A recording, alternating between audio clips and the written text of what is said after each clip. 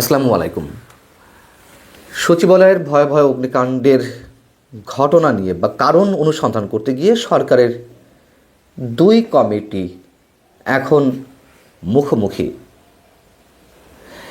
কেন সরকারের উচ্চ পর্যায়ের যে গঠিত তদন্ত কমিটি এবং গণপূর্ত অধিদপ্তরের ইলেকট্রোমেকানিক্যাল ডিপার্টমেন্টের যারা অনুসন্ধানের কাজ করছে তাদের মধ্যে কেন পরস্পর বিরোধিতা?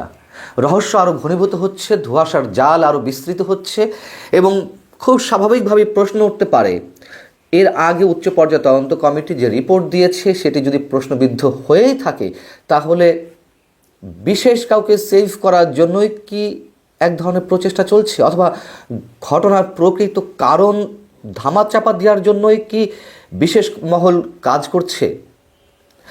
আমরা জানি যে মূল যে উচ্চ পর্যায়ে তদন্ত কমিটি তারা একটি প্রতিবেদন দিয়েছে। সেই প্রতিবেদনে বলা হয়েছে যে অগ্নিকাণ্ডের ঘটনা বৈদ্যুতিক শর্ট সার্কিট থেকেই হয়েছে,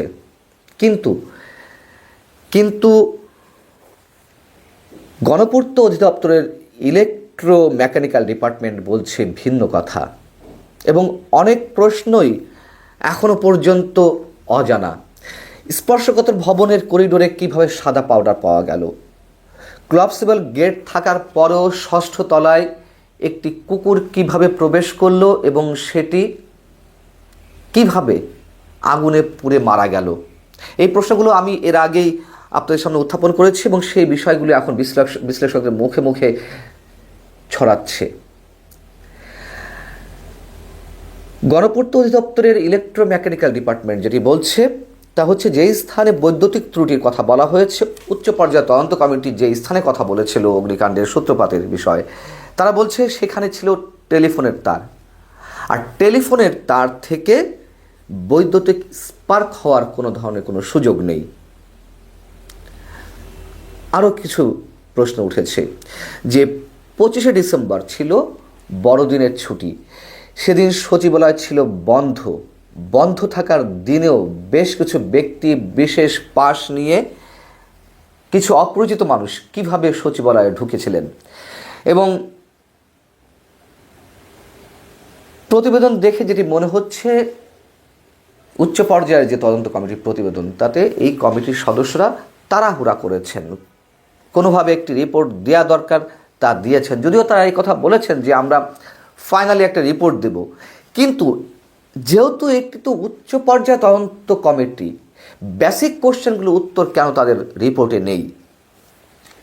আরও বেশ কিছু প্রশ্ন উঠেছে যে কোন প্রতিষ্ঠান বা ব্যক্তি নিরাপত্তার দায়িত্বে ছিলেন সেটি এই প্রতিবেদনে উল্লেখ করা হয়নি এবং যারা দায়িত্বে ছিলেন সেসব ব্যক্তির দুর্বলতা কী এসব বিষয়ে কিছু বলা হয়নি।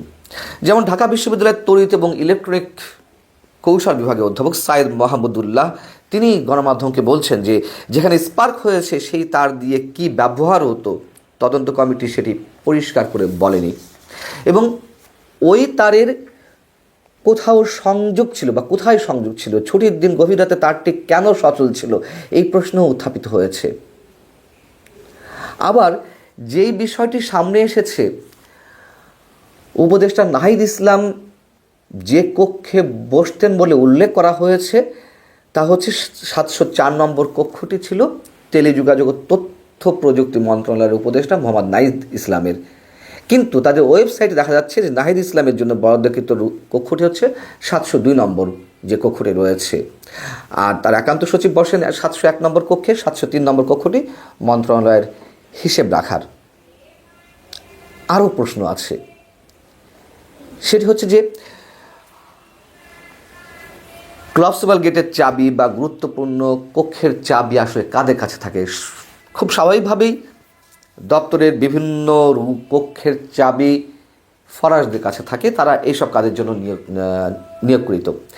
কিন্তু গুরুত্বপূর্ণ যেসব কক্ষ, সেই কক্ষের চাবিগুলো থাকে খুবই গুরুত্বপূর্ণ ব্যক্তিদের কাছে এবং প্রতিটি মন্ত্রণালয়ের সচিব যাদের পছন্দ করেন, যাদেরকে বিশ্বাস করেন, তাদের হাতেই এই চাবিগুলো থাকে? কেন তাদের সম্পর্কে কিছু বলা হয়নি, তাদেরকে জবাবদিহিতার আওতায় আনা হয়নি? যে প্রশ্নটি আমি এর আগে আপনাদের সামনে উত্থাপন করেছিলাম, সেই একই প্রশ্ন আবার ঘুরে ফিরে উঠে এসেছে বিশ্লেষকদের মুখ থেকে।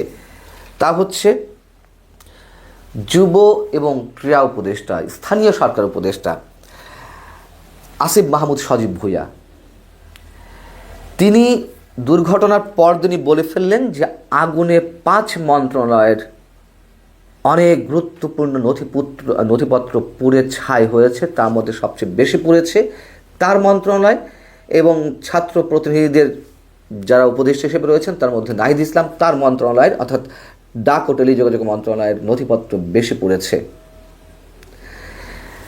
কিন্তু স্বরাষ্ট্র মন্ত্রণালয়ের সিনিয়র সচিব নাসিমুল গনি তিনি কি বলছেন? তিনি বলছেন, আমি সশরীরে 2বার বিল্ডিংয়ে উঠেছি, প্রতিটি কক্ষ ঘুরে দেখেছি, কয়েকটি কক্ষ পুড়েছে, সেখানে নথিপত্র পড়েনি। আবার উচ্চ পর্যায়ের তদন্ত কমিটির যে প্রতিবেদন, সেই কমিটির প্রতিবেদনও বিষয়টি এরকম এসেছে যে খুব বেশি নথিপত্র পড়েনি। তাহলে কেন উপদেষ্টাদের সঙ্গে সরকারের সচিব এবং তদন্ত কমিটির যে সদস্যরা, তাদের মধ্যে এরকম বৈপরীত্য? অনেক প্রশ্ন জাগে, সব প্রশ্ন আবার খুলাসা করা যায় না, এটাও বাস্তবতা। এবং ঘুরে ফিরে সেই পুরনো কথা আবার বলতে হয়, কেন আসিফ মাহমুদ সজীব ভূঁইয়া দুর্ঘটনার দিন তিনি ছিলেন উত্তরবঙ্গের কয়েকটি জেলার সফরে, সেখান থেকে বলে বসলেন যে ফ্যাসিস্টদের দোসরাই তারা, মানে ফ্যাসিস্টদের যারা দোষর তারা এই ঘটনা ঘটিয়েছে। আবার সার্জিস আলম, ছাত্র সমন্বয়ক অন্যতম, তিনি তার ফেসবুক স্ট্যাটাসে বলেছিলেন সরকারের যে 3 উপদেষ্টা রয়েছেন ছাত্র প্রতিনিধিদের পক্ষ থেকে, মাহফুজ আলম, আসিফ মাহমুদ এবং নাহিদ ইসলাম, তাদের উদ্দেশ্যে বলেছিলেন যে আপনারা বিপ্লবী ভূমিকা অবতীর্ণ হন পুরো বাংলাদেশ আপনাদের সঙ্গে। সেই বিপ্লবে কিন্তু আমরা কিছুই দেখছি না, খুব বেশি উচ্চবাচ্য আমরা দেখছি না, চুপসে গেল। কেন? কি কারণে? আমাদের প্রশ্নগুলো উত্তর খোঁজাটা খুব জরুরি। এত বৈপ্লবিক কথাবার্তা, এত হুঙ্কার হুঁশিয়ারি, কাউকে কি সেভ করার চেষ্টা করা হচ্ছে, অথবা বিশেষ কোনো উদ্দেশ্য, বিশেষ কোনো মহলের ছিল কিনা? যদি ফ্যাসিস্টদের দোষ বলতে আমরা কি বুঝবো? আওয়ামী লীগের দোসর বা আওয়ামী লীগ, তাই তো? যদি মিনিমাম কোনো সূত্র পাওয়া যেত ফ্যাসিস্টদের দোসর বা ফ্যাসিস্ট সরাসরি যারা ছিল তাদের সম্পৃক্ততা, এত সহজে তারা দমে যেত? আওয়ামী লীগ ষড়যন্ত্র করছে, এটি উজ্জ্বল দিবালোকের মতো স্পষ্ট। এর আগেও আমরা দেখেছি বিভিন্ন ক্ষেত্রে তাদের ষড়যন্ত্রের সম্পৃক্ততা বা অভিযোগ উঠেছে। আমি আওয়ামী লীগকে সন্দেহের বাইরে রাখতে চাই না, আমি প্রথমে বলেছিলাম সব পক্ষকেই আমরা সন্দেহের মধ্যে রাখতে চাই। কিন্তু সরকারের বিভিন্ন গুরুত্বপূর্ণ ব্যক্তির যে ভূমিকা এক্ষেত্রে পরবর্তীতে অগ্নিকাণ্ডের পরে, তা সত্যিই রহস্যজনক। আর আগেগুলো তো আছেই। আল্লাহ হাফিজ, ভালো থাকুন সবাই।